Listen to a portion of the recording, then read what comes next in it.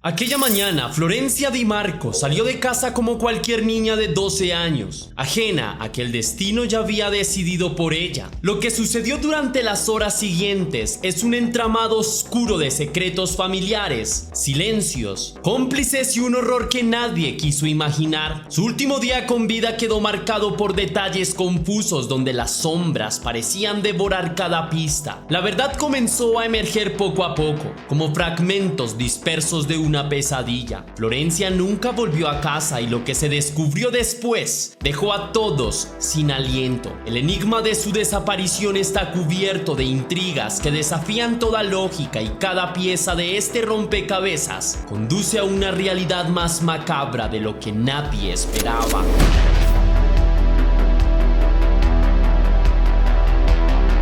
Antes de iniciar, quiero enviar un saludo muy especial y cósmico a dos leyendas. A Lorena Linares, que me escribió gracias porque gracias a tus videos e investigaciones se me hace menos pesado mi trastorno de ansiedad y depresión. Logras que piense en otras cosas y me sienta menos ansiosa. Mi querida leyenda, muchas gracias por tu apoyo y por abrir tu corazón en tu mensaje. Me hace sentir muy bien saber que te puedo acompañar en tu día a día y que de alguna forma reduzco tu ansiedad. Yo también tengo ataques de ansiedad y leer tu mensaje también fue terapéutico para mí. Te deseo lo mejor del mundo y te envío un gran abrazo cósmico. También quiero agradecer a Liliana Rosas, que me escribió gracias, tu contenido y tú me encantan, te mando buenas vibras y espero que tengas un lindo día. Muchísimas gracias, mi leyenda, por tu mensaje, lo recibo con enorme gratitud, espero que las cosas en tu vida vayan de maravilla. Te envío un beso y un gran abrazo cósmico. Ahora sí, la pregunta del día de hoy es: ¿cuál es el acento latinoamericano que más te gusta? Déjame tu respuesta en la caja de comentarios.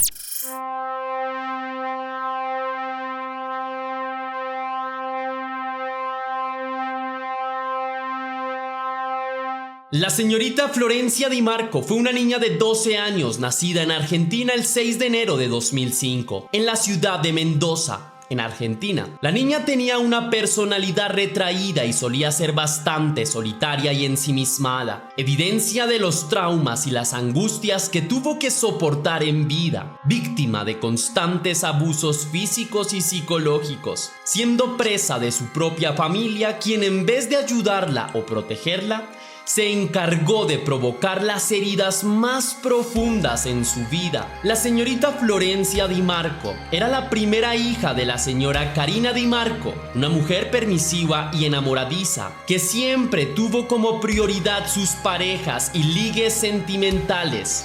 Una forma de escapar a la soledad de la soltería, omitiendo la responsabilidad de la maternidad y el compromiso de tener un hijo, llegando a tener 4. Karina Di Marco quedó embarazada desde muy temprana edad. A los 17 años dio a luz a su primera hija, a la señorita Florencia Di Marco. Lamentablemente, a los pocos meses de haber nacido su primogénita, el padre de la menor, asustado por la responsabilidad de la paternidad y el hecho de tener que cuidar o mantener a su propio bebé, abandonó a las dos mujeres y se alejó de sus vidas para siempre, por lo que la pequeña Florencia Di Marco tuvo que ser cuidada por los parientes y familiares de Karina, quienes la mantuvieron por un tiempo ayudando a la madre soltera por algunos años. Cuando la señorita Florencia Di Marco cumpliría sus 13 años, su madre se habría nuevamente emparejado con un hombre a quien había conocido recientemente, un tipo de quien ella se enamoró profundamente, un joven de 23 años llamado Lucas Gómez, de personalidad excéntrica y extraña, que vivía en la ciudad de Mendoza y trabajaba en una dulcería, la cual era un negocio familiar. La pareja se conectó profundamente y con el paso del tiempo se mudaron a vivir juntos, teniendo a su primer hijo mutuo y varón en el año 2010. Unos años después, la pareja tendría a su segundo hijo varón en el año 2014. Sin embargo, la economía familiar era bastante precaria. El dinero que Lucas Gómez y Karina recolectaban mensualmente realmente no era suficiente para lograr pagar un apartamento o una casa lo suficientemente grande y cómoda para la creciente familia. Tampoco cubría los gastos de mantenimiento o aseo. Por lo tanto, optaron por mudarse a la provincia de San Luis en la propiedad de uno de los hermanos de Karina, donde trabajaron vendiendo diferentes mercancías que el padre de Lucas Gómez le enviaba mensualmente desde Palmira para comerciar y vivir de ello.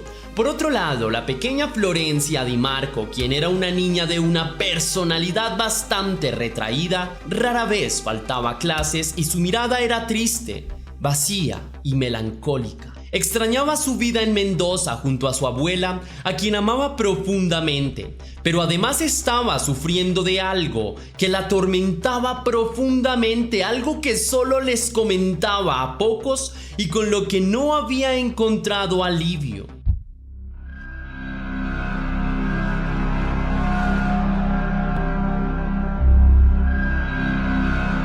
El día 22 de marzo de 2017, el joven Lucas Gómez se dirigió hacia la comisaría de policía local más cercana. Allí, declaró preocupado y angustioso que su hijastra había desaparecido repentinamente del colegio, luego de que él personalmente la dejara en las puertas de la institución en horas de la mañana, al llevarla en su automóvil. En el testimonio que brindó Lucas Gómez a la policía, indicó que el día 22 de marzo, en horas de la mañana, llevó a su hijastra hasta el colegio en su automóvil. Luego ella, al descender del auto, preguntó a los docentes si tenía o no clases, pues no estaba segura de los horarios. Luego de que uno de los docentes respondiera afirmativamente a la pregunta de la estudiante, Florencia se quedó en el colegio y se despidió rápidamente de su padrastro, quien siguió su camino en el auto. Finalizada la jornada escolar a mediodía, el señor Lucas Gómez sacó su auto y se fue nuevamente hasta el colegio de su hijastra, pues había quedado en que también la recogería cuando saliera del colegio. Sin embargo, al llegar al instituto y ver cómo los estudiantes salían hasta no quedar ninguno, se enteró de que su hijastra nunca salió del recinto escolar, por lo que inmediatamente pidió hablar directamente con la directora de la escuela, quien le demostró al acudiente con las hojas de asistencia y las minutas de seguridad cómo la niña no había entrado al colegio durante todo el día, presentando ausencias en todas las clases que se habían programado. Lucas Gómez preguntó a todos los docentes y estudiantes que encontró por ahí, pero nadie le supo dar una respuesta de dónde podría estar Florencia Di Marco. Luego el hombre, sin más alternativas, se dirigió a la comisaría de policía luego de 2 horas, donde puso el reporte formal de desaparición. Inmediatamente después, los agentes empezaron a buscar a la niña por todas partes. Durante la desaparición de la señorita Florencia, la señora Karina Di Marco estaba en el hospital y no se había dado por enterada de la situación que acaecía en su hija, ya que de hecho ella estaba inmersa en un proceso de parto nuevo, dando a luz al tercer hijo en común con Lucas Gómez, quien en esta ocasión había nacido siendo una niña. La policía y los investigadores a cargo realizaron peritajes en los lugares donde frecuentaba la menor, entre ellos la casa familiar y el colegio. Varios vecinos y personas amables de la zona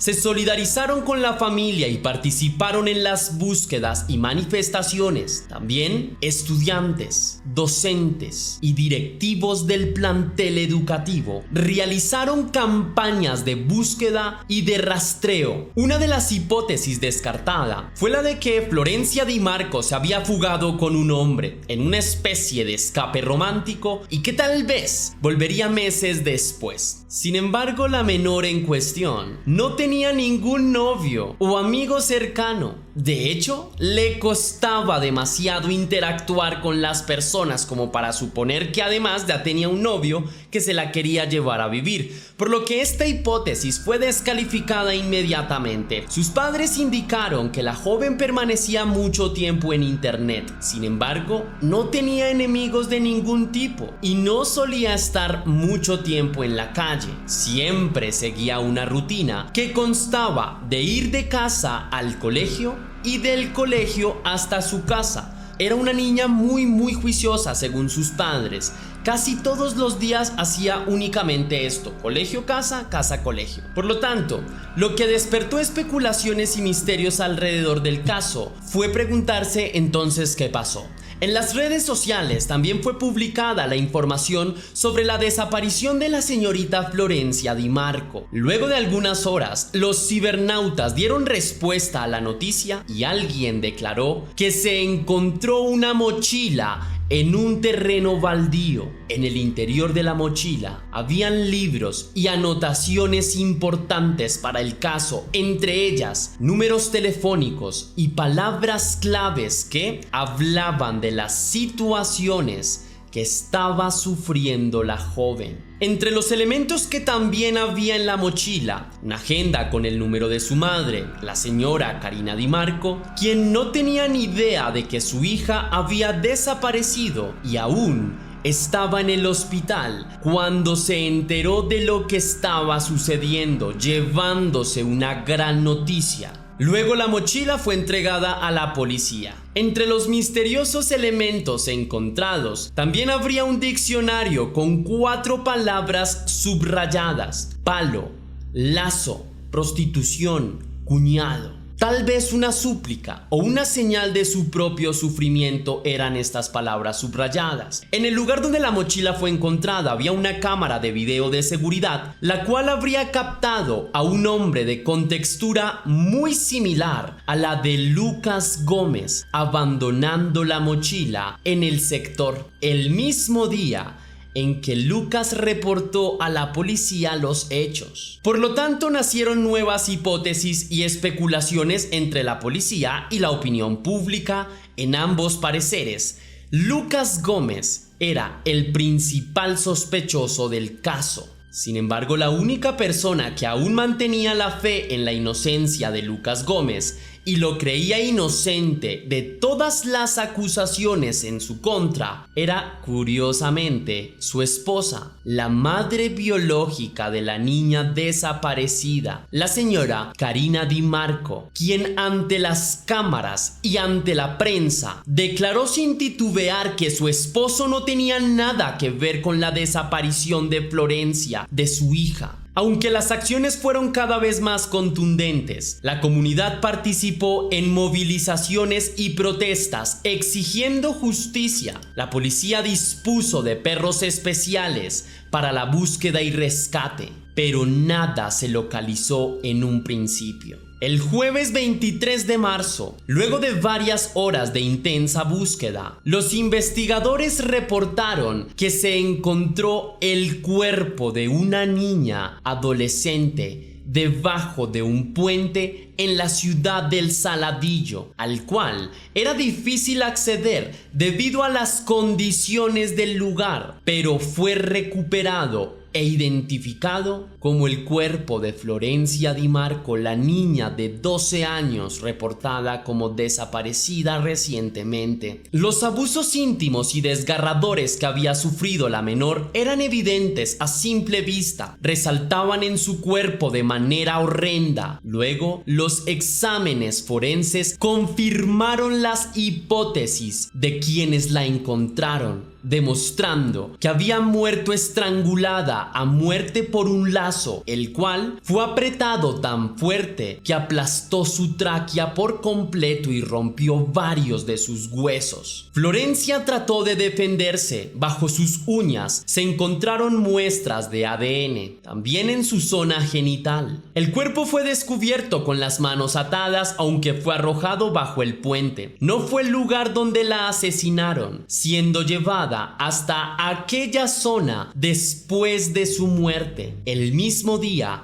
en que el padre la reportó como persona desaparecida ante las autoridades competentes. Durante la autopsia, los médicos descubrieron varios signos y heridas de abusos anteriores. Lucas Gómez, el padrastro de la víctima, es considerado el principal sospechoso y el material genético está en su contra. Entrevistas a maestros, entrevistas a compañeros de clases, a padres de familia y vecinos locales, pero ninguno vio a Lucas Gómez dejar a la niña en el colegio aquel día, como lo decía en su relato antes de reportar la desaparición. Nadie vio entrar a Florencia al colegio aquel 22 de marzo. Ninguna profesora confirmó que habló con Florencia sobre si había ido o no a clases. Básicamente, no había ningún testigo de lo que Lucas indicaba que la había dejado en el colegio, salvo su propia palabra. Las cámaras del colegio, además, se encargaron de hundir más su argumento, pues aunque el auto sí pasó temprano en la mañana cerca al colegio, jamás se detuvo en las puertas para dejar a Florencia, siguiendo su camino sin detenerse, sin estacionarse. Una tercera cámara lo delató, indicando que luego de salir del colegio fue hasta el peaje camino a Saladillo, donde fue encontrado posteriormente el cuerpo de su hijastra. Se puede ver claramente cómo Lucas Gómez en su auto cruzó el peaje y luego de una hora retornó a la ciudad sin razón aparente de por qué ir hasta Saladillo. Por otro lado, el colegio emitió un comunicado oficial en donde indicaban que previamente habían informado a la familia sobre un presunto maltrato y abuso infantil, pues la madre fue citada y advertida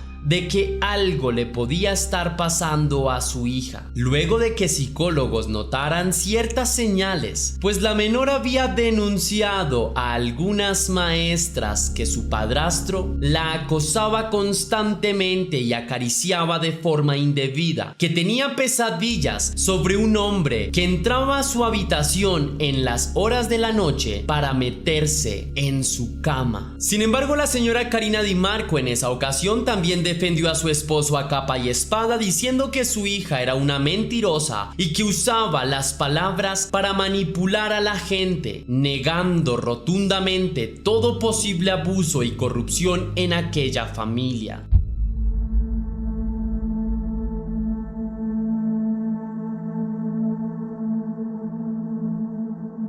Lucas Gómez fue detenido por la policía formalmente, arrestado y tiempo después llevado ante un juez. Durante un cateo a su domicilio se encontraron manchas de sangre y de material fecal en varios lugares del hogar, incluso en el auto de Lucas Gómez, lo que lamentablemente eran terribles señales de abuso. Las pruebas de ADN se encargaron de confirmarlo. Karina Di Marco, la madre biológica de la víctima, también fue detenida por la policía, quienes la acusaron de conocer perfectamente todo lo que estaba ocurriendo a puertas cerradas en aquella casa, y aún así no denunció lo que pasaba, siendo cómplice de su marido, a quien le permitió agredir a su propia hija. El día 11 de mayo del año 2017, Lucas Gómez fue encontrado muerto en su propia celda antes de haberse realizado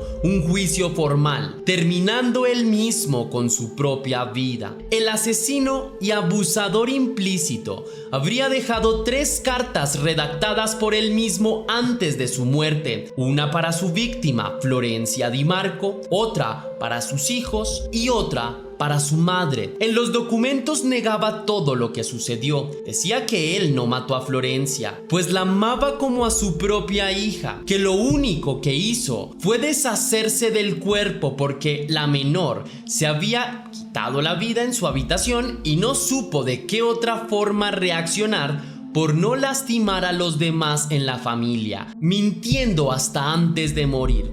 Todas las pruebas fueron perfectas para una larga condena. Sin embargo, el juicio no era necesario porque el acusado estaba muerto. Se presume que Lucas se aprovechó de que su esposa no estaba en casa por labores de parto para efectuar su crimen, pues previamente tenía rivalidad con la menor de edad, sospechando que tarde o temprano ella lo delataría en sus acciones, abusos y oscuras intenciones. Por otra parte, la señora Karina Di Marco fue finalmente sentenciada, declarada culpable en el año 2019, después arrestada y actualmente obligada a cumplir 18 años de cárcel por sus acciones de evasión y de negligencia ante las necesidades y sufrimientos de su hija. Los otros 3 hijos de la presidiaria son cuidados y criados por la familia paterna. Si te gustó la investigación de este caso, mi querida leyenda, déjame saber con tu misterioso like. Si quieres y si puedes, hacer una pequeña donación para la producción de Test Misterios. Estaré enormemente agradecido y lo puedes hacer de 2 maneras distintas. La primera, con el botón de super gracias que se ubica allí abajo justo al lado del botón compartir. O también vía PayPal, ya que tienes el link en la descripción y en el comentario fijado. Si lo haces de cualquiera de estas 2 maneras, recibirás un agradecimiento personalizado y un saludo de mi parte para un próximo video. Recuerda seguirme en mis páginas de Facebook Test Misterios 1 y Test Misterios 2, también en mis páginas de Instagram Test Misterios y Soy Test Misterios. Allí te podrás dar cuenta de todo lo que hago, mi día a día y obviamente también casos de True Crime, por lo que si te gusta te espero allí en mis redes. Ahora sí, sin más que añadir por hoy, mi querida leyenda, recuerda que las dudas te acompañan, que somos misterio y que tú y yo nos vemos en un próximo caso.